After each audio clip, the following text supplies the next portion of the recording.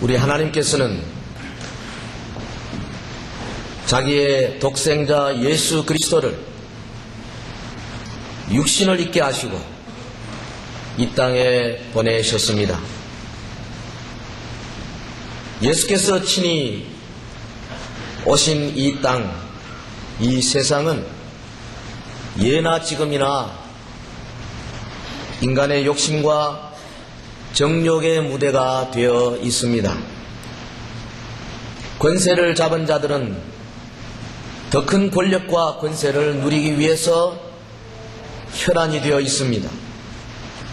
돈을 따르는 자들은 아무리 많은 돈을 벌었다 할지라도 더 많은 돈을 향하여서 질주하고 있습니다. 명예를 추종하는 자들 또한 마찬가지입니다. 저들의 하는 모든 행동과 생각은 마치 이성을 잃은 짐승과 같습니다. 거의 모든 사람들이 욕심의 노예가 되어 있습니다. 의식적이건 무의식적인 간에 저들은 이 정욕의 노예로서 사슬에 묶여있는 자들입니다. 이 뒤에는 죄의 권세를 가지고 전 세상을 호령하는 사탄과 그의 졸개들인 귀신들이 횡행하고 있는 것입니다. 그러므로 모든 인류는 해방되어야 할 존재입니다. 마귀의 권세로부터 풀려나와야 할 존재입니다. 우리 인간 속에 내재되어 있는 정욕으로부터 이 무시무시한 쇠사슬을 깨트리고 자유롭게 되어져야만 하는 본래 하나님의 형상을 가진 고귀한 존재입니다. 지금부터 한 2000년 전 예수께서 이 땅에 처음 초림하시는 바로 그 때의 세상도 여전했습니다. 본문 누가복음 3장 1절에 보면 디베리오 가이사가 위에 있은 지 15해, 로마의 황제 시저인 티베리우스 15년 되던 해, 벌써 이 티베리우스 황제의 정치적인 역정을 우리가 다 알고 있습니다. 얼마나 잔인하고 얼마나 무시무시한 사람이었는지 많은 박해와 고통이 있었습니다. 특별히 유대 땅, 유대인들을 향한 박해가 대단했습니다. 뿐 아니고 가나안 땅, 본래 하나님의 약속의 땅도 로마의 속국으로 있으면서 권세 잡은 여러 권력자들에 의하여 사분오열된 때입니다. 본디오 빌라도가 유대의 총독으로 있었고, 갈릴리의 분봉 왕으로 헤롯이 있었고, 또한 헤롯의 동생 빌립이 이두레와 드라고니 지방의 분봉 왕이었으며 루사니아가 아빌레네의 분봉 왕으로 있었습니다. 정치적으로 대단히 어지러웠습니다. 믿을 곳이 없고 기댈 언덕이 별로 없었습니다. 이스라엘 사람들의 마음속에 선지자의 약속하신 메시아가 바로 지금 와야 한다는 이 메시아 기대 사상이 팽배한 때입니다. 정치적으로 사회적으로 뿐 아니고 종교적인 영역에도 마찬가지입니다. 본문 2절에 보면 안나스와 가야바가 대제사장으로 있을 때라 그랬습니다. 대제사장은 원래 한 번 임명하면 죽을 때까지 하는 것입니다. 그런데 정치적인 속국인 유대인 관계로 때로는 해마다, 때로는 몇 년 만에 대제사장을 바꿔치기 했습니다. 그러니 종교 지도자들이 당시 권력자들에게 의용으로 되지 아니할 수가 없는 참 불운한 시대에 하나님께서 가나안 땅에 개입하신 겁니다. 종교 지도자들이 정치 권력에 야합한 것뿐 아니라 자체적으로 대단히 부패하고 타락했습니다. 돈을 챙긴 때였습니다. 매반매직할 때였습니다. 성전 안에서 소나 양을 마음대로 팔고 돈 바꾸는 자들의 횡포가 심했습니다. 많은 백성들이 여기에 물들어서 그것이 하나님의 집을 강도의 구례로 만드는 것인 줄 알지도 못하고 매년 똑같은 일을 자행하고 있은 때였습니다.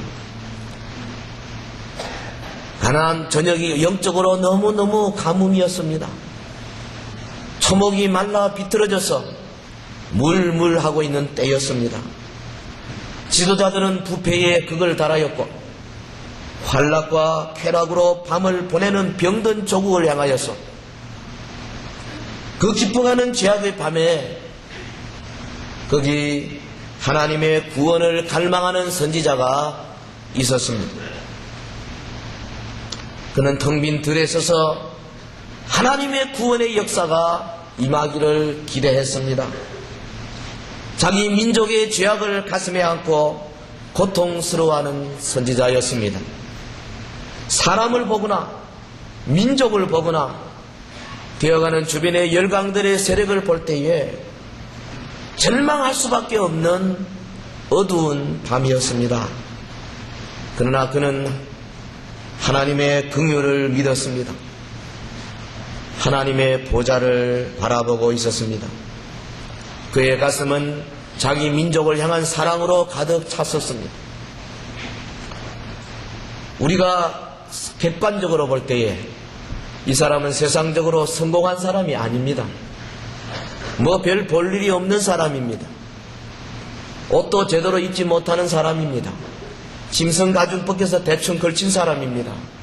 먹는 것도 변변치 못했습니다. 메뚜기나 석청 따위였습니다. 세상 사람들이 별로 달가워하지 아니하는 외모였습니다. 그러나 이 사람은 메시아의 때를 기다리는 비전의 사람이었습니다. 이 사람은 하나님께서 친히 어둠을 꿰뚫고 침입하여 들어와서 자기의 백성을 건지시키기를 기다리는 꿈의 사람이었습니다. 역사의 주관자이신 하나님은 바로 이 사람, 곧 사가랴의 아들 세례 요한을 찾아오셨습니다. 할렐루야. 하나님이 찾아오셨습니다. 하나님이 어둠을 뚫고 침입해 들어오셨습니다. 하나님께서 친히 그 손으로 세례 요한을 붙드시고 그의 입술에 하나님의 말씀을 담아 주셨습니다. 당시 유능하고 힘센 사람이 많았습니다. 배운 사람도 많았어요. 율법에 정통한 학사들도 많았습니다. 산에 들린 공예 회원들도 숫자가 꽤 많았습니다. 수많은 사람들의 칭송을 이미 받고 있는 사람들도 많았습니다. 궁중에 가면 화려한 옷을 입은 사람들도 많았고 또한 정권을 가지고 한 사람을 마음대로 죽이고 살리고 할 수 있는 권력자들도 많았습니다. 세상에 많은 권력과 명예와 학문을 가진 사람들이 많았지만은 그러나 어느 누구 하나도 하나님의 진정한 역사를 감당할 만한 인물은 없었습니다. 하나님은 그 인물을 찾아 빈들 저 황량한 사막으로 나가신 것입니다. 사랑하는 성도 여러분, 세례 요한은 하나님 앞에서 진정 아름다운 사람이었습니다. 그는 광야에 기거하고 자신의 욕망을 못 박은 사람입니다. 그는 오직 하나님으로 충만하기를 원했던 사람입니다. 그런 사람에게 하나님은 그 영혼의 하나님의 말씀으로 휘어잡고 그 속에 주의 성령으로 충만케 만들어 주신 겁니다. 할렐루야. 본문 2절을 보십시다. 안나스와 가야바가 대제사장으로 있을 때에 하나님의 말씀이 빈들에서 사가랴의 아들 요한에게 임한지라. 빈들이라 했습니다. 헬라말로 에레모, 이것은 다른 곳에서는 광야로 번역된 것입니다. 하나님의 구원과 중요한 관련이 있는 단어가 바로 광야입니다. 여러분, 구약의 이스라엘 백성들이 40년 동안 헤맨 곳이 바로 광야입니다. 에레모입니다. 그곳에서 하나님이 얼마나 긍휼하신 분이시고 하나님이 얼마나 전능하신 분이시고 이스라엘 백성들이 얼마나 목이 곧은 백성인가를 여실히 드러내셨습니다. 하나님께서 찾아오시고 저들에게 기둥과 불기둥으로 동행하여 주셨습니다. 메추라기를 보내시고 만나를 보내셨습니다. 반석을 터뜨려 물을 나오게 하셨습니다. 아말렉을 이기시고 하나님께서 불뱀을 다 물리칠 수 있는 여러 가지 기적과 이적을 행하신 곳이 바로 광야입니다. 특별히 우리 예수님도 40일 동안 주야로 금식하시며 이 세상의 가장 무서운 원수인 사탄과 싸움을 하신 곳이 바로 이 광야입니다. 여러분, 요한계시록 12장 6절에 보면 마지막 시대에 적그리스도가 흥행할 때에 하나님의 사람들 곧 교회가 크게 핍박을 받을 것인데, 교회를 위하여 하나님은 광야에 3년 반 동안 피할 처소를 만들어 놓으셨다고 약속하셨습니다. 광야. 하나님은 이 빈들에 말씀으로 세례 요한을 찾아오셨습니다. 그리고 말씀하셨습니다. 요한아, 선포하라. 이 민족에게 다가오는 위대한 메시아의 오심을 너는 선포할지어다. 민족의 해방이 필요했습니다. 특별히 허물어져 내린 영적 상태의 회복이 무엇보다도 급선무였습니다. 하나님은 이 위대한 사명을 한 사람 빈들에서 수십 년 동안 갈고 닦은 이 고난의 체험을 겪은 선지자 요한에게 주신 것입니다. 그의 눈은 다가오는 하나님 나라를 바라보며 성령으로 불타올랐습니다.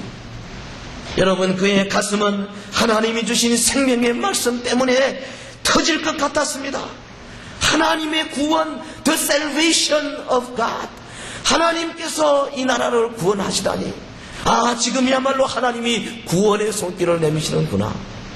그는 감격하고 또 감격했습니다. 가슴 떨리는 주제가 아닐 수 없습니다. 하나님께서 육신을 입고 이 땅에 오사 모든 인류를 위하여 구속의 길을 이루신다. 가슴 떨리는 주제가 아닐 수 없는 겁니다. 백성을 구원하기 위해서 다가오시는 하나님의 발자국 소리를 요한은 빈들에서 들었습니다. 그렇습니다.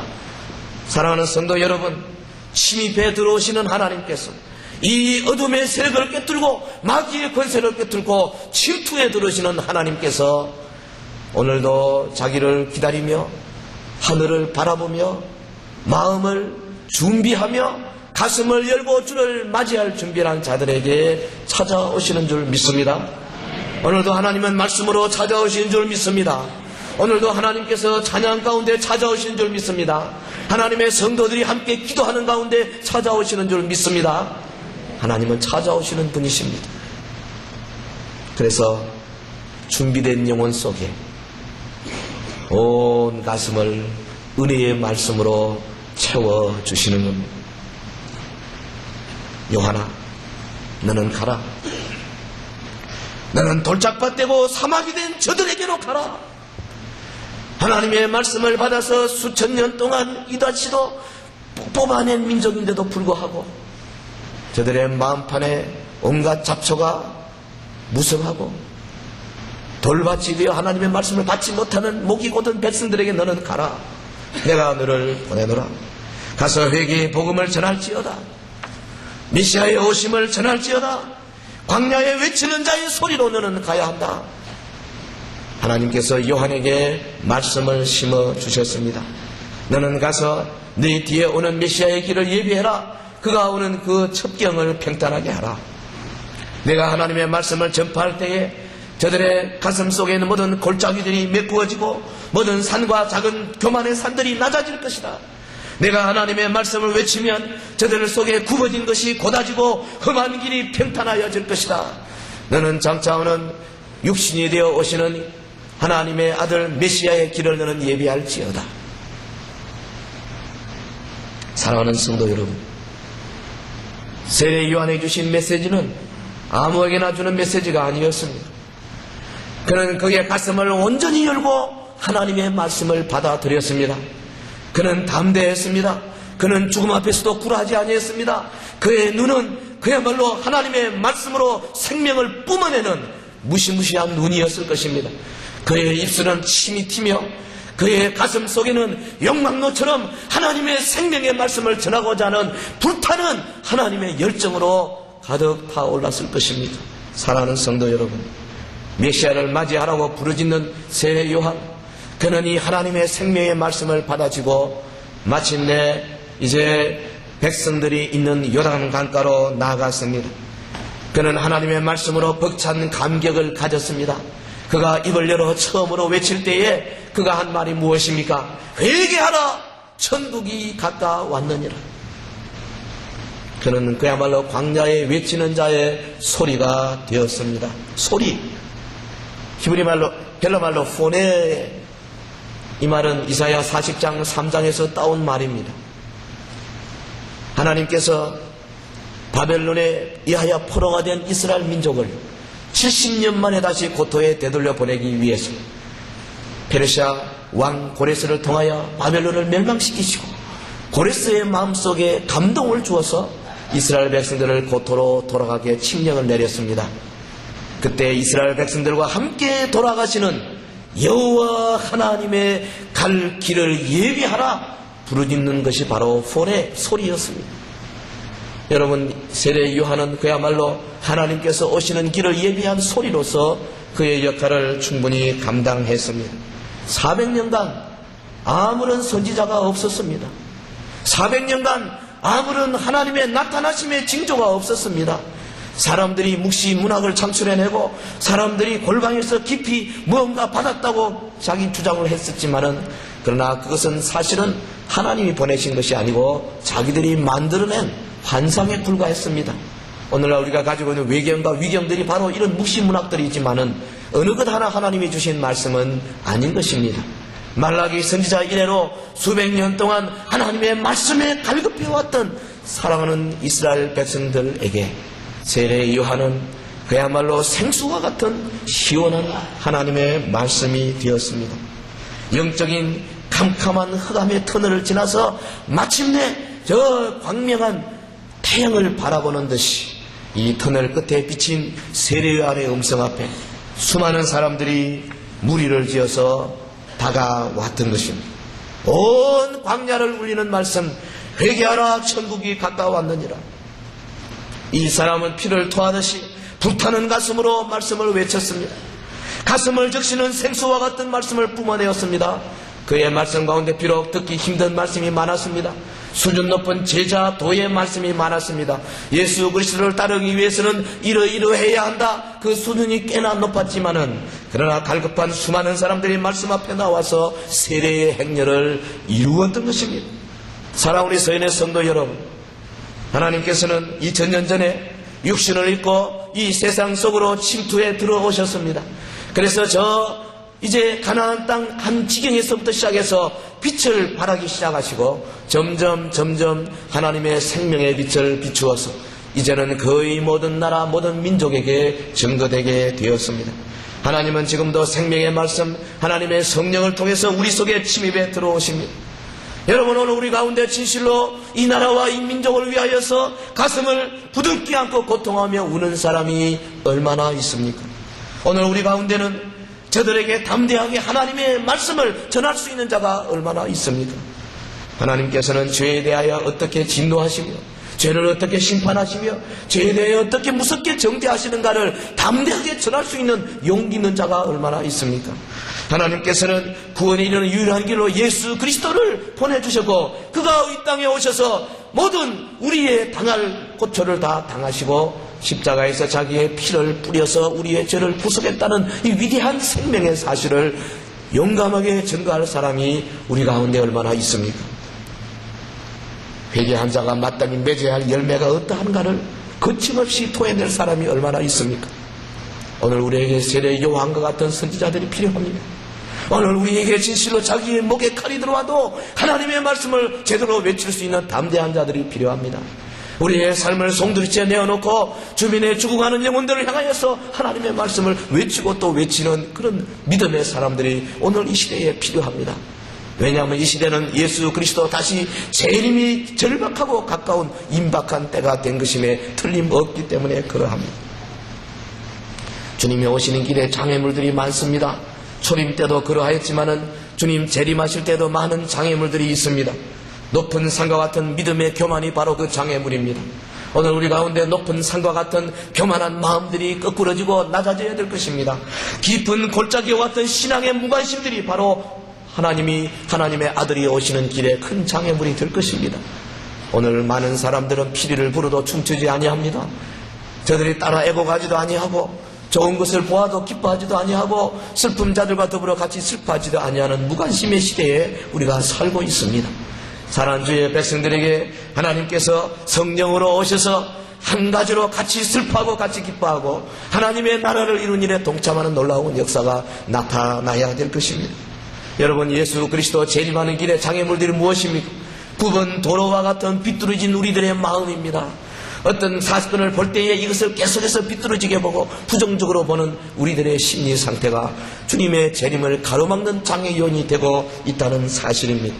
거친 돌짝과 같은 완고한 악습이 전통주의에 빠져서 도무지 변화하지 않으려고 하는 우리의 이 목이 곧은 모습들이 바로 주님이 오시는 길을 막고 있는 장애물들인 것입니다.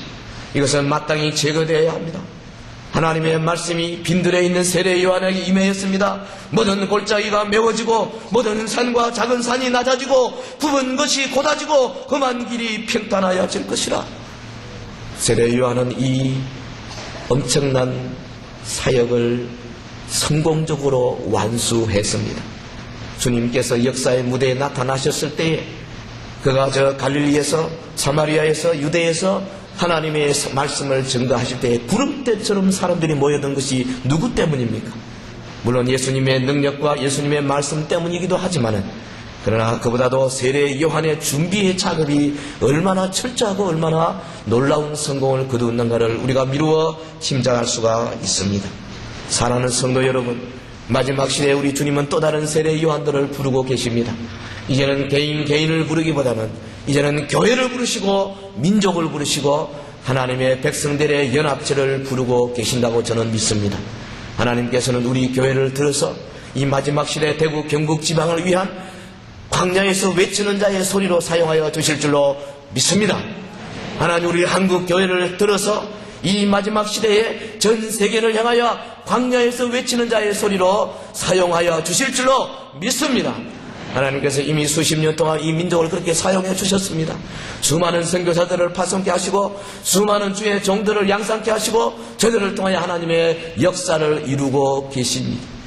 그러나 사랑하는 성도 여러분, 먼저 우리 한 사람 한 사람이, 여기 있는 저와 여러분 한 사람 한 사람이 나의 오이코스들을 찾아서 나와 가까운 가족들, 나와 가까운 친구, 친척들 전화 한 통 하면 불러서 같이 식사 나눌 수 있고 우리의 속에 있는 것들을 나눌 수 있는 우리의 친지들을 찾아서 정말 내 속에 있는 하나님의 생명의 말씀을 아낌없이 전할 수 있는 이 성탄 계절이 되어야 되겠습니다. 크리스마스라는 말이 무엇입니까? 그리스도 맞습니다. 크리스마스라는 말은 예수 그리스도의 절기입니다. 많은 사람들이 예수를 믿건 안 믿건 간에 이 크리스마스라는 단어는 알고 있지 않습니까? 그러므로 이때야말로 전도할 수 있는 절호의 기회입니다. 크리스마스에 그리스도를 전도하는 것이 얼마나 아름다운 일인지 모릅니다.